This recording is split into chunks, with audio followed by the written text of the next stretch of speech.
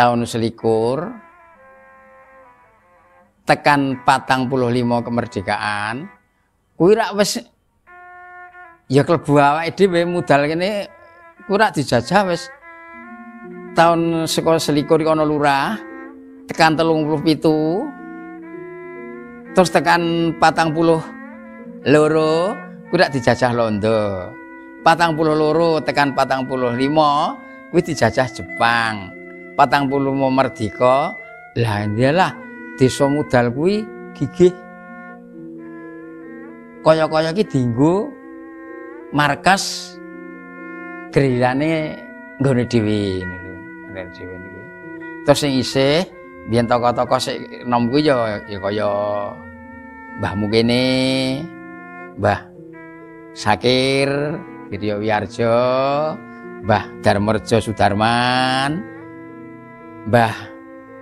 Hadi Purwoko itu Mbah Harjo Pertomo nggone Mas Tejo kuwi biyen kuwi anggota veteran tekan nganti sedo isih di oleh penghargaan saka negara dadi veteran pejuang 45 kuwi biyen nek sekolah rakyat kuwi iki urung ana sing ana iki sekolah angka loro iki kelas 1 tekan kelas 3 tegese sekolah iki kasultanan jenenge Yohan sekolah rakyat kasultanan mapan pisanan sekolah rakyat kasultanan kuwi ning nggone omahe Mbah Mujimi kae asli mergo kae daleme Mbah Lurah ngono lho kuwi angko nek wis kasultanan kelas 3 kelas 3 engko iso pindah 2 tahun meneh dadi sekolah rakyat ning sekolah rakyat kuwi isih ditulisi sekolah rakyat dene angka 6 rum 6 tahun le sekolah mek 5 tahun ngono lho lebar kuwi iso mlebu nang SGB kuwi ya ming 3 tahun metu iso mulang nang sekolah rakyat ora ngangka loro ning sekolah rakyat malahan dadi nuwun sewu sekolah 5 tahun njut neruske 3 tahun kuwi iso mulang nek biyen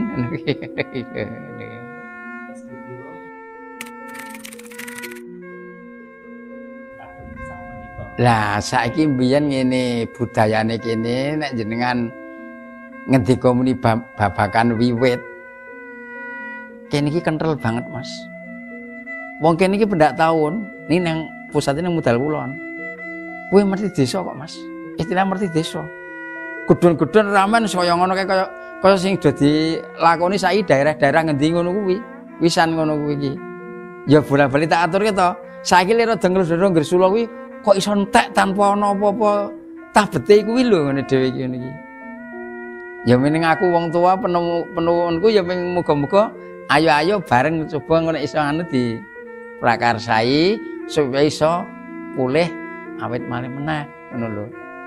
mergo nggone dhewe iki terus ari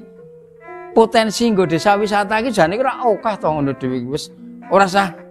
tok dumuk wis ngumbuk kuwi nggon Blumbang kuwi wae jane ana sing lair apik banget to ngonisan ngono kuwi ngono kuwi ngono kuwi lho Mas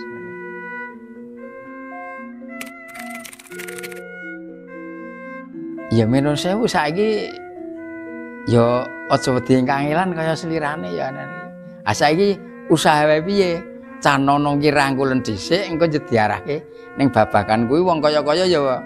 bocah-bocah dhewe kaya iki ning budaya Jawa kene iki rada maju rada minati kaya gedhe lho Mas